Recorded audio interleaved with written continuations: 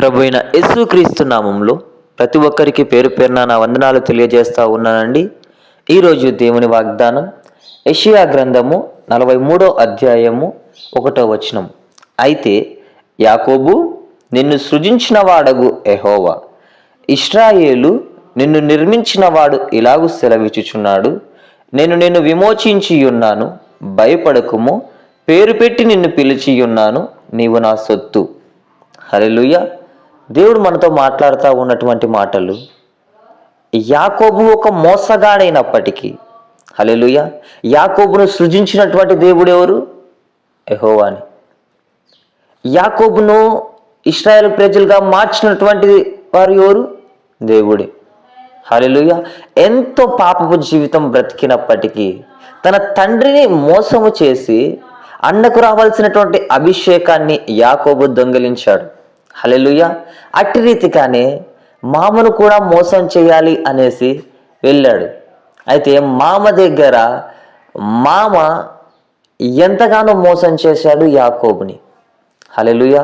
దేవుని వాక్యం సెలవిస్తూ ఉంటుంది, నువ్వు కత్తి చేత చంపినట్లయితే కత్తి చేతనే మరణిస్తావు అనేసి. ఇలా ఏం చేశాడు యాకోబుని? మోసాలు చేస్తూ ముందుకెళ్ళినప్పుడు యాకోబును తన మామ మోసం చేశాడు. తన ఇష్టమైనటువంటి అమ్మాయిని చేసుకోవాలనేసి యాకోబు ఆశపడతా ఉన్నప్పుడు మామ పెద్ద కూతుర్ని ఇచ్చి కళ్ళకు జబ్బు గలదాన్ని ఇచ్చి పెళ్లి చేస్తాడు. అది రాత్రి చేస్తాడు. హల్లెలూయా. అయితే ఆమె కోసం 7 ఏళ్ళు కొలువు చేసి, మళ్ళీ రెండో ఆమె కోసం 7 ఏళ్ళు కొలువు చేసి, మళ్ళీ 7 సంవత్సరములు 21 సంవత్సరముల వరకు కూడా మామ దగ్గర పని చేస్తూ, గొర్రెల్ని కాస్తూ, అన్ని వివిధ రకాలైనటువంటి పనులు చేస్తూ ఉన్నాడు. అయినప్పటికీ యాకోబు మీద ఆశీర్వాదం అలాగనే ఉన్నది. హల్లెలూయా. దేవుడు చూడండి, నిన్ను పేరు పెట్టి పిలిచినటువంటి తర్వాత, నిన్ను విమోచించినటువంటి తర్వాత, నీ మీద తన అభిషేకం ఉన్నంత కాలం నిన్ను ఆయన విడువనే విడవడు. హల్లెలూయా. నువ్వు మోసంలో ఉన్నా, పాపంలో ఉన్నా, ఎంత క్రూరత్వంలో ఉన్నా, ఆయన అభిషేకం నీ పట్ల ఉంటే, ఆయన యొక్క చిత్తం నీ పట్ల ఉంటే ఎక్కడా కూడా చేయవిడవాడు. హల్లెలూయా. ఎప్పుడైతే యాకోబును దేవుడు కనుగొన్నాడో ఆ 21 సంవత్సరముల తరువాత అంతవరకు కూడా యాకోబును బట్టి ఆ యొక్క కుటుంబాన్ని దేవుడు ఆశీర్వదిస్తానే వచ్చాడు. హల్లెలూయా.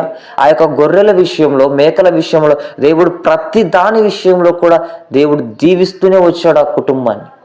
ఎంతగానో దీవించాడు. ఎందుకో తెలుసా? యాకోబు మీద ఇశ్రాయేలు ప్రజలుగా మార్చినటువంటి దేవుడు ఆయన మీద అభిషేకాన్ని ఉంచాడు. హల్లెలూయా. ఈరోజు నువ్వు నమ్మి విశ్వసిస్తా ఉన్నావా? నీ మీద దేవుని అభిషేకం ఉన్నట్లయితే, దేవుడు నిన్ను పేరు పెట్టి పిలిచి ఉన్నట్లయితే, దేవుడు ఈరోజు నీతో మాట్లాడుతూ ఉన్నటువంటి మాట, నిన్ను సృజించినటువంటి వాడు ఆయన అయి ఉంటా ఉన్నాడు. నిన్ను కనినటువంటి దేవుడు ఆయన అయి ఉంటా ఉన్నాడు. నీ పేరుని మార్చి ఆయన జీవ గ్రంథంలో రచించి ఉన్నాడు. హల్లెలూయా. అయితే దేవుడు ఈరోజు నీతో మాట్లాడుతూ ఉన్నటువంటి మాట, నిన్ను విమోచించి ఉన్నాడు ఆయన. కానీ మనం అనుకుంటా ఉన్నాం, నేను ఈ శ్రమల మధ్య ఉన్నానే, నన్ను ఎక్కడ విమోచించాడు? నేను ఈ బాధల మధ్య ఉన్నానే, నన్ను ఎక్కడ విమోచించాడు? నన్ను ఎక్కడ దాని నుంచి బయటికి తీసుకొని వచ్చాడు? హల్లెలూయా. అయితే ప్రతి దానికి కూడా సమయము కలదు. హల్లెలూయా. అయితే నువ్వు ఆశీర్వదింపబడినటువంటి వాడవు. ఆశీర్వాదానికి కర్తలుగానే మనం పిలువబడ్డాము, కానీ శపితమైనటువంటి దాంట్కి పిలువబడలేదు. అయితే యాకోబు ఎప్పుడైతే తన్ను బట్టి దేవుణ్ణి స్తుతిస్తూ ఉన్నాడో, దేవుణ్ణి ఆరాధిస్తూ ఉన్నాడో, దేవునికి ఆయనని ఇశ్రాయేలు ప్రజలుగా మార్చాడు. ఇశ్రాయేలు అనేటువంటి పేరును దేవుడు ఇచ్చి ఉన్నాడు. అయితే ఇక్కడ ఆ వంశములలో నుంచి దేవుడు అనేక మందిని పిలుచుకొని ఉన్నాడు. అయితే సహోదరుడా, ఈరోజు ఎందుకైతే నువ్వు భయపడతా ఉన్నావో, దేవుడు ఈరోజు భయమును గురించి మాట్లాడుతూ ఉన్నాడు. నువ్వు ఇంకా భయపడతానే ఉన్నావా? ఏ దాని నిమిత్తమైతే నువ్వు భయపడతా ఉన్నావో, చింతిస్తా ఉన్నావో, దిగులు చెందుతా ఉన్నావో, అయితే ఈ రోజు నుంచి నువ్వు భయపడమాకు. ఎందుకో తెలుసా? దేవుడు నిన్ను పేరు పెట్టి పిలిచి ఉన్నాడు. హల్లెలూయా. మనుషులు పేరు పెట్టి పిలుస్తేనే, అధికారులు పేరు పెట్టి పిలుస్తేనే మనం ఎంతో సంతోషంగా ముందుకెళ్తాం. ఎందుకంటే నన్ను పేరు పెట్టి పిలిచి ఉన్నాడు అనేసి.